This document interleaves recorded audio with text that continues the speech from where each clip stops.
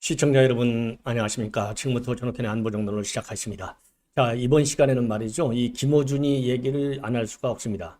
자, 주간조선에서 대대적으로 지금 보도하고 있는 내용인데요. 여러분들 잘 아시다시피 김어준이가 아주 자랑스럽게 여론조사의 꽃이라고 하는 여론조사 기관까지 만들었어요. 그러니까 TBS에서 쫓겨나면서 말이죠, 자기 김어준의 새로운 뉴스공장 유튜브 방송을 만들면서 또 하나는요, 바로 여론조사의 꽃이라고 하는 좌파 성향의 입맛에 딱 맞는 조사 기관을 만들어 가지고요, 그들의 입맛에 맞춘 여론조사라고 봐도 과언이 아닐 정도로 민주당이 폭증하는 지지율에서 말이죠, 이런 여론조사만 계속해서 내놓고 있습니다. 자, 그러다 보니까요, 이 김어준의 여론조사가 의총에서까지 인용이 되고 있고, 최고위원회에서 아주 뉴스로 메인, 그러니까 이제 이 토론의 소재로까지 지금 활용이 되고 있다고 합니다. 뒤늦었지만 그러다 보니까요, 야, 이러다가는 우리 민주당이 정말 내년 총선 때 폭망하는 거 아니냐, 이러한 자성의 목소리가 나오고 있다고 하는데요. 그 실태를 여러분께 자세하게 말씀을 드리도록 하겠고요. 두 번째로는 지금 이제 후쿠시마 오염수 방류 문제가 이제 우리 국내 정치에서는요, 유일하게 전 세계 국가 중에서 유일하게 한국의 야당만 이거를 쟁점화 시키고 있어요. 그러니까 오로지 이거 지금 현재 후쿠시마 오염수 방류 문제는요, 어느 특정 국가의 이슈라기보다는 이제는 글로벌 이슈로 딱 자리매김이 되어 있어요. 이런 글로벌 이슈에 관해서는요, 이 국제사회의 흐름, 국제사회의 조류, 분위기, 이거가 굉장히 중요한 지금 이제 하나의 이 기준이 되어야 하는데요. 그러한 국제사회의 어떤 지금 큰 흐름과는 정반대, 역류 현상을 보이고 있는 것이 바로 민주당의 자세입니다. 그러다 보니까요, 이제 과학적으로 접근해야 될 거 아니겠습니까? 기본적으로요.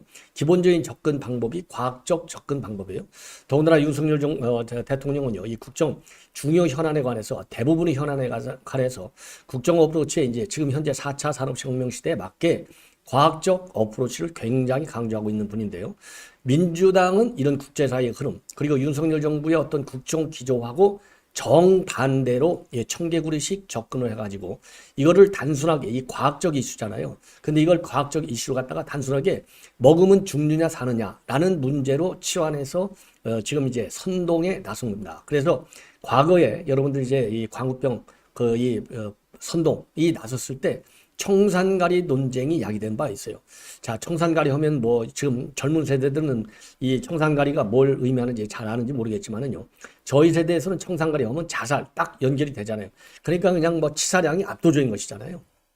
그러다 보니까 지금 이제 일본 이 오염수 방류 문제를 갖다가 이 청산가리 논쟁화 시키는 이 야당의 작전, 선동질, 프레임, 전쟁, 여기에 우리 여권이, 우리 국민들 대부분이요, 넘어가서는 안 되겠다라고 하는 이 반성이 이제 필요하지 않을까, 그런 지금 판단이 듭니다. 그래서 관련 이 뉴스들을 정리해 드리도록 하겠고요.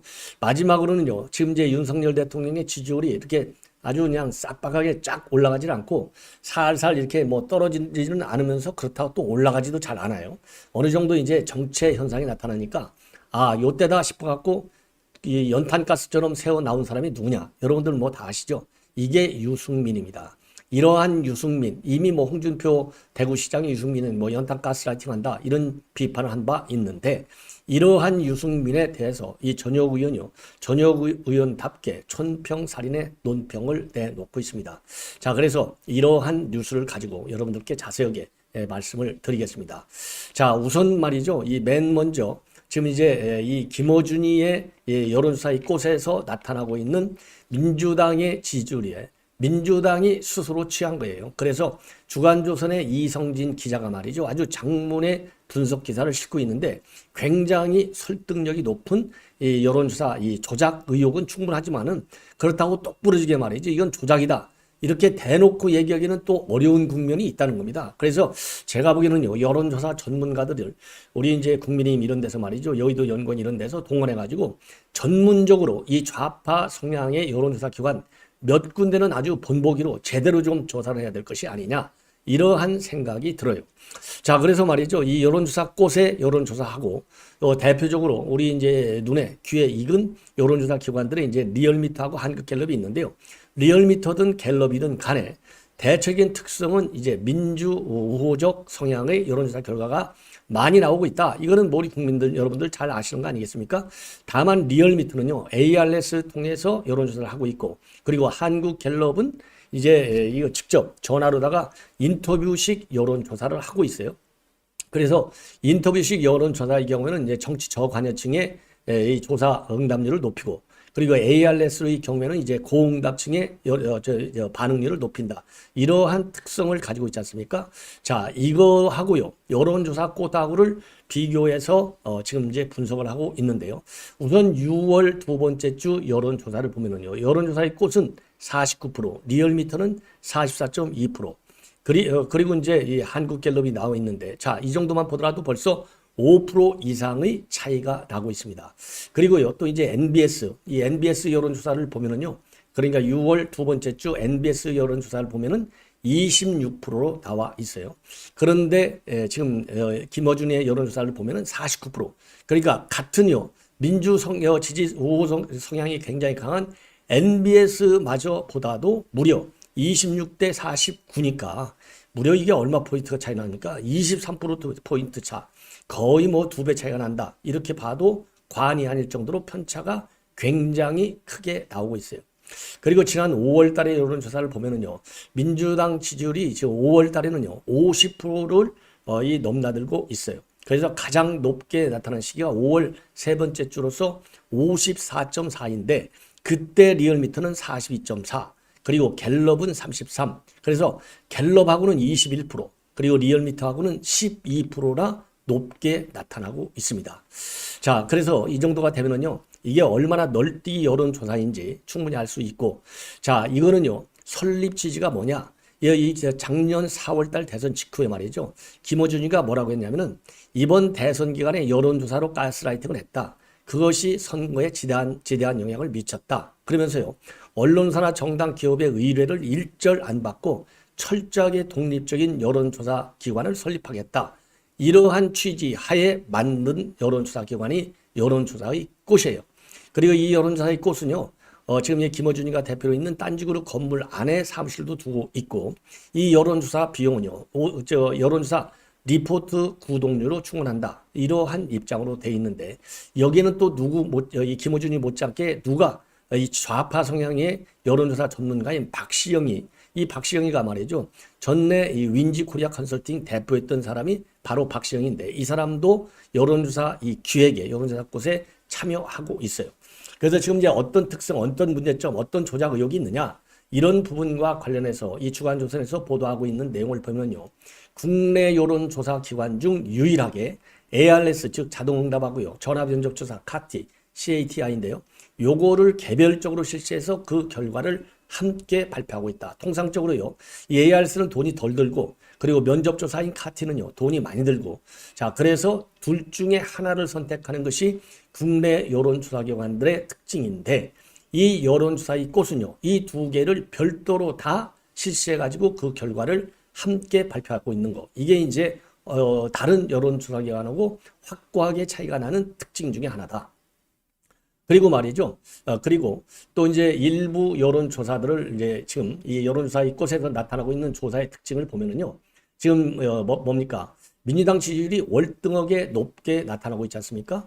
자, 그래서 진보 성향 응답자들에게 더 많은 가중치가 부여되거나 아니면은 응답률이 3% 미만으로 나타나는 이러한 특이점이 있다. 이렇게 이제 지금 주간조선에서는 분석을 하고 있는데, 그렇다고 해서 말이죠. 이것이 최종적인 지지율 결과에 영향을 미쳤다거나 아니면은 조사의 오류 요인으로 지적하기는 어렵다. 이것이 이제 여론조사 전문가들의 일반적 분석의 특징이라고 합니다. 왜 그러냐면요, 이 여론조사 꽃도 여조의 심의를 받을 뿐만 아니라 정당 지지율의 경우에는요, 여조위에서 검증하는 중요 대상이기 때문에 대놓고 노골적인 조작하기는 좀 어렵지 않느냐. 그러다 보니까 이 아직까지 이런 의혹이 많이 제기되고 있는 조사 결과를 발표하고 있지만은 이 여론조사 꽃이 이 여심위로부터 무슨 제재를 받았다, 이런 거는 아직 없다는 겁니다. 자, 그래서 여조인의 분위기도 말이죠. 이제 지지율 값이 상당히 튄다.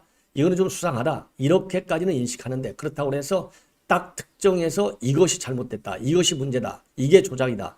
요렇게까지 말하기는 지금 어려운 상황이라고 하는데요. 다만 이제 가장 크게 여론 조작에 이용될 수 있는 중요한 단서들이 몇 가지가 있어요.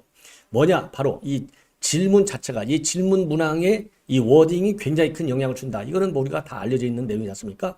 그런데 일반 여타 여론조사 업체들하고 비교했을 때 여론조사 꽃 조사에서는요, 현 정부의 외교나 정책 또는 행정 이런 적절성을 묻는 질문이 굉장히 주로 지금 많이 나오고 있고요. 그리고 이제 김남구의 코이 사태 등 야권에 불리한 이슈는 아예 다루지 않는다는 겁니다. 그리고 가치 편향적인 내용이나 단어 활용으로 특정 답을 유도하는 질문도 상당히 많다. 그러니까 이 여론조사가 결국은 왜곡될 수 있고 이것이 아주 교묘한 여론 조작이 아니냐, 이렇게 지금 우리가 분석할 수 있는 아주 핵심 의혹이다. 저는 그렇게 판단이 되는데요. 우선 예를 들자면 말이죠. 북한 인공위성 발사 후 서울시는 경계경무를 발령하고 30분 행안부는 오발령이라고 정정하는 등 큰 혼선이 있었는데 누구의 책임이 가장 크다고 보느냐? 이런 제 질문. 그 다음에요, 이게 6월 1주차 질문이고요. 그 다음에는요, 검찰은 헌정사상 최초로 야당 대표의 3번 연속 검찰 출석을 요구했는데 이는 차기 대권 주자를 제거하려는 표적수사라는 주장에 대해서 어떻게 생각하느냐? 2월 첫째 주.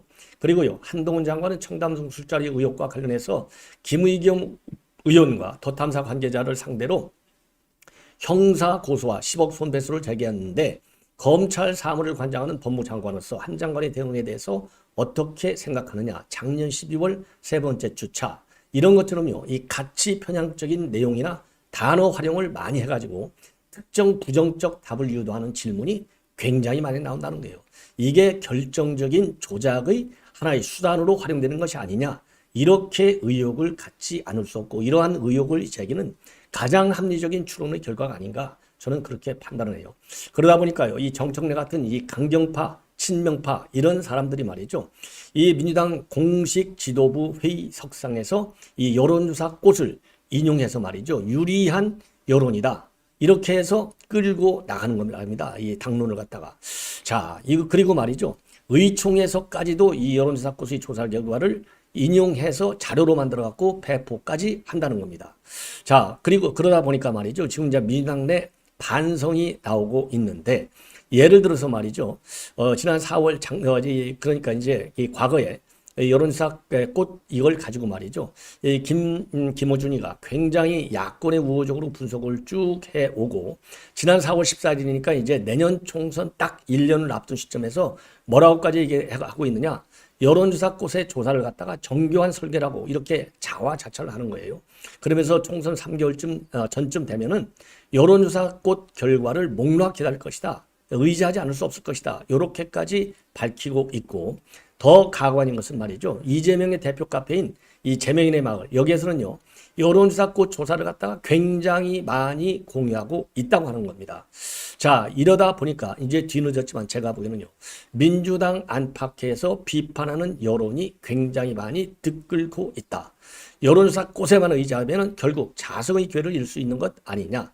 더군다나 말이죠, 이 김어준이는 선거 때마다 당에 이 굉장한 큰 영향력을 미쳤는데 대표적인 게 2020년 이 총선 때라는 겁니다. 그 당시에 민주당 내에서는 총선에서 민주당이 압승할 것이다, 이런 내부 조사 결과가 선거 2개월가량을 앞두고 이 공유된 것으로 알려졌는데, 그 당시 말이죠, 그 당시 그래서 민주당은요, 이런 여론조사를 믿고 위성정당 설립하지 않는다, 이런 공감대가 많이 형성이 됐는데도 불구하고 느닷없이, 그러니까 2020년도 2월 말에 유튜브 방송을 통해서 이렇게 해서는 민주당이 필패한다, 요렇게 이 바람을 잡는 바람에 느닷없이 우위성 정당을 만들었다는 겁니다. 그래서 지금 크게 그 당시에 반성한 적이 있는데, 벌써부터 내년 총선 앞두고 이 김어준이의 여론조사 꽃에 이렇게 말려들기 시작하면은 도대체 어떻게 민주당이 총선을 치를 수 있겠느냐, 이러한 우려가 지금 민주당 내에서 아주 급부상하고 있다, 이렇게 주간조선은 밝히고 있어요. 자, 그래서 정치권에서는요, 이 하우스 이펙트라고 하는데요, 즉 여론조사를 의뢰 수행하는 기관의 성향에 따라서 여론조사 결과가 편향성을 가진다, 이거 뭐 당연히죠. 민주당이 여론조사를 의뢰했는데 그 조사 기관이 민주당에 반하는 여론조사 기관을 결과를 내놓겠습니까? 그래서 여론조사 곳의 조사는 앞으로도 여차저차 업체들하고 굉장히 큰 간극을 보일 소지가 크다. 자, 그래서 자칫하면 민주당 진영의 독선이 지속될 수 있다. 이러한 우려가 나오고 있다는데요. 이런 식으로 가서 민주당이 뭐 폭망하는 것은 우리 국민들이 다 좋아하는 것이죠. 그런데 민주당의 폭망으로 끝나지 않고 대한민국 우리 국민들이 바라는 국정의 정상화, 정치의 정상화, 여기에까지 페달을 지금 나아가지고요. 국내적으로 이 외교 문제가 됐든 경제 문제가 됐든 굉장히 중요한 시점에 이 협치 정치에 여기에 바닥을 없애버리는 그런 우가 범해지지 않을까. 이런 점이 우려가 된다. 예. 민주당이 폭망하면 우리 모두가 좋아하죠. 왜냐하면 이런 민주당이 지금 대한민국 이 국격에 맞는 야당의 수준입니까? 아니잖아요. 그러니까 이런 민주당은 내년 총선에서 반드시 심판을 받아야 싸요. 그런데 이제 문제는 뭐냐? 이 김어준과 같이 가짜 의혹 여론조사를 많이 내가지고 정치의 양극화를 초래해서 협치 공간을 아예 없애버리는 거. 그러면 대한민국 전체가 뒤로 후퇴하는 결과를 낳지 않습니까? 요 점이 저는 매우 우려스럽지 않은가 이렇게 판단이 들어요. 예. 자, 이 정도로 해서 이 김어준 여론조사의 문제점은 여러분께 말씀을 드리고요. 자, 이번에는요, 이 청산가리 논쟁과 관련해서 여러분께 이제 말씀을 드리겠는데요. 자, 이 청산가리 논쟁이 이게 만만치 않은 논쟁이죠. 뭐 간단하게 얘기해서 청산가리라고 하는 것은 대한민국에서 이제 과거에 말이죠. 이제 자살할 때, 극단적 선택할 때 제일 많이 활용된 이 독성이 굉장히 강한 게 바로 청산가리가 아니겠습니까? 그런데 이런 청산가리 논쟁이 지금 다시 불붙고 있는 매우 불행한 지금 국면에 처해 있어요. 바로 이제 뭐 때문에 그러느냐? 바로 이제 후쿠시마 오염수 방류 문제에 대한 민주당의 이 그야말로 근거 없는 공세가 지금 청산가리 논쟁을요, 이 광우병 사태 때 나온 바 있는데 다시 재현시키고 있다는 하는 우려가 지금 언론에서 제기되고 있어요. 그래서 마셔봐라라고는 프레임이 지금 다시 뜨고 있다. 그렇다면 마셔봐라. 그래서 이번에 12일, 13일, 14일 사흘간 대정부 질문에서 민주당이 이 오염수 방류 문제를 가지고 그러면은 그건 마셔봐라. 너 마셨냐? 마실 의상이 있느냐? 요걸로 단순화해서 이 먹을 수 있느냐? 못 먹을 수 있느냐? 이 과학적으로 접근할 얘기가요. 지극히 이 감정적인 이 질문으로 지금 이 프레임을 짜서 민주당이 공세를 펴붓고 있고 이러다 보면 우리 국민들도 말이죠. 국민 여론도 상당히 민주당의 이런 이 악성, 독성 여론 조장에 말려들 수 있는 것이 아니냐 이런 우려가 제기되고 있는 것 같아요. 그래서 이 12일 날부터 말이죠. 이 오염수 이 방류수 음용 이 마시는 이건 문제가 이제 노골적으로 제기되기 시작했는데요. 민주당의 김성주 의원이 한덕수 총리한테 안전이 검증되면 후쿠시마 오염수를 마시겠느냐 이렇게 물으니까요. 한 총리가 WHO의 음용 기준에 맞다면 마실 수 있다. 그러니까요. 민주당은요. 그렇다면 공수해 오겠다. 그리고 총리님 직계 가족과 같이 드시면 어떻겠느냐. 이렇게 김성주, 윤재갑 이런 사람들이 이슈를 먹고 마시는 문제로 이제 치환하고 나섰어요. 그리고 또 13일 날에는요. 오염수를 정말 마셔도 되나.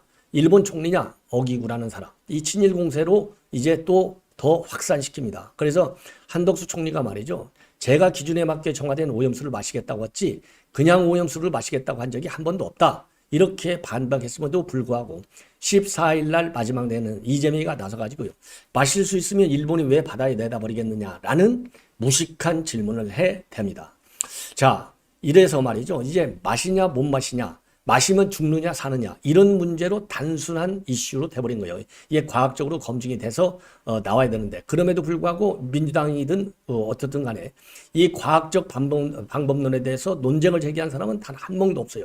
그리고 그러면 국제 무대에서 일본의 오염수 방류를 막을 국제적인 어떤 공감대 방법이 있느냐 여기에 대해서도 단 한마디도 민주당은 못 꺼내고 있어요.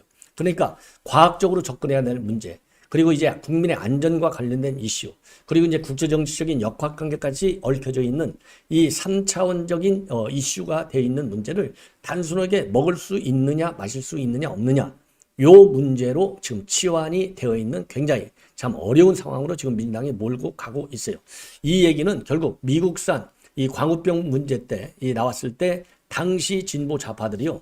내 송송 구멍 탁 이런 구호를 앞세워서 이 쇠고기 수입을 반대한 대표적인 상황으로 똑같이 지금 악화되고 있는데요. 그 당시 유명 발언 중에 하나가 유명 연예인이 차라리 입에 청산가리를 털어넣겠다. 그런데 이제 청산가리 이게 얼마나 무서운 치사량이 높잖아요. 치사량이. 이 청산가리. 그래갖고 그 당시에요. 이 광우병 쇠고기 공포가 아주 그냥 딱 대한민국을 묶어놔 버렸어요. 그런데 그 이후로 지금 이제 15년이 지났는데요. 미국산 쇠고기 우리 국내 수입량이 어느 정도가 되느냐? 무려 3조 600억. 그래서 미국산 쇠고기 최대 수입국으로 지금 되어 있다는 겁니다. 그리고 4대강 때는요, 느닷없이 녹조 라떼라는 말을 좌파들이 만들어내가지고 당시 이명박 정부를 공격했어요. 예. 그 당시요, 이 민주통합당이죠. 현재 민주당. 4대강은 녹조 라떼라는 말이 유행하는 어처구니 없는 사업이다. 낙동강은 독성 성분이 남아있어서 위험한 말이 됐다. 이게 막말이 돼가 이해찬이가 주장하고 나섰어요. 그리고 박근혜 정부 때는요, 이 손혜원이라든가 이 표창원 이런 사람들이 말이죠. 성주 참외에 전자파가 들어가 있다. 그래서 전자파 취임 탐해라고 하는 말을 만들어 놔가지고 좌파들을 완전히 또 대정부 투쟁 선동에 활용해 먹었어요.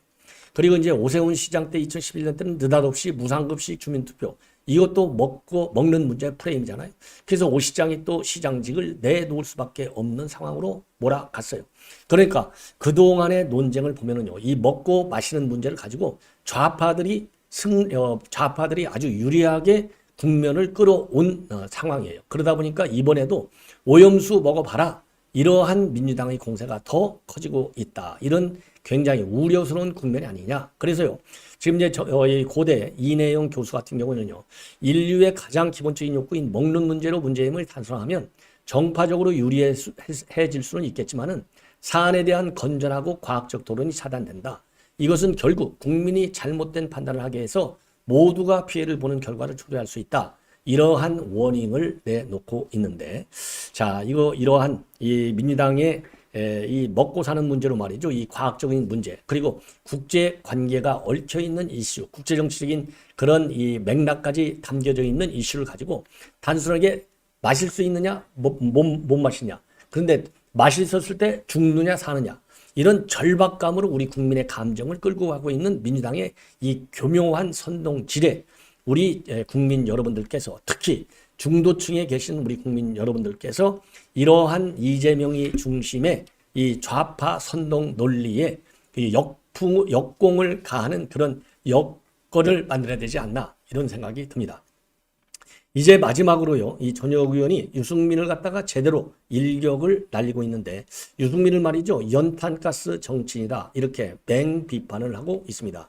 여러분들 잘 아시다시피 지금 최근에 유승민이가 말이죠, 이번에 이제 수능 시험을 뭐 쉽게 내라 어렵게 내라 이걸 가지고 윤 대통령을 강력하게 비판을 하고 나섰어요. 뭐라고 비판했느냐? 대통령이 수능에 대해서 뭘 안다고 모순적인 얘기를 함부로 해서 교육 현장을 대혼란에 빠뜨리는가? 대통령 말 한마디가 교육 현장에 주는 충격을 생각해야 된다.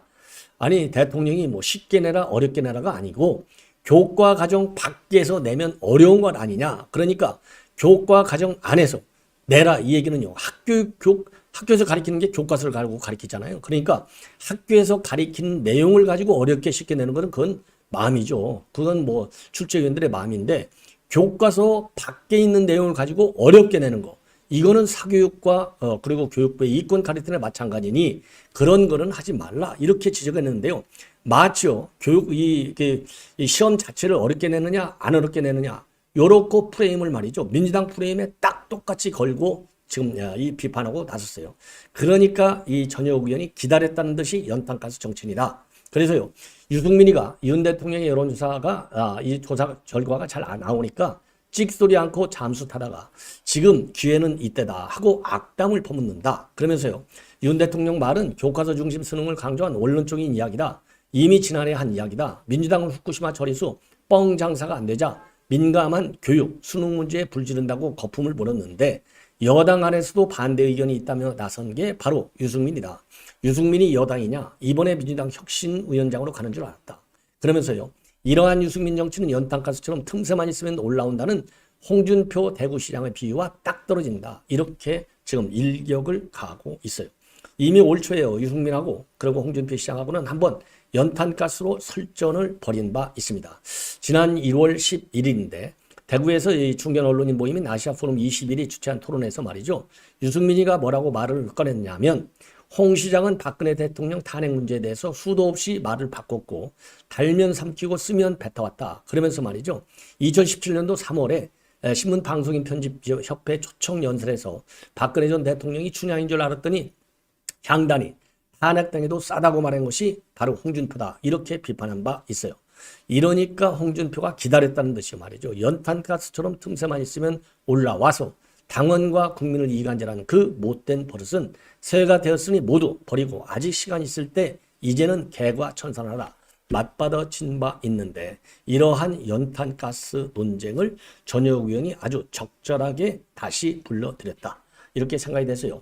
유승민 이거 그냥 차라리 민주당 혁신위원장이나 갈 수 있겠어요. 차라리 누구죠? 이준석이하고 정당 하나 차려서 먹고 살아라. 이렇게 정리하고 싶습니다. 시청자 여러분 이렇게 해서요. 오늘 이 본방송 마치고 이어지는 저의 방송 계속해서 많은 시청을 해 주시면 대단히 고맙겠습니다. 예, 대단히 감사합니다.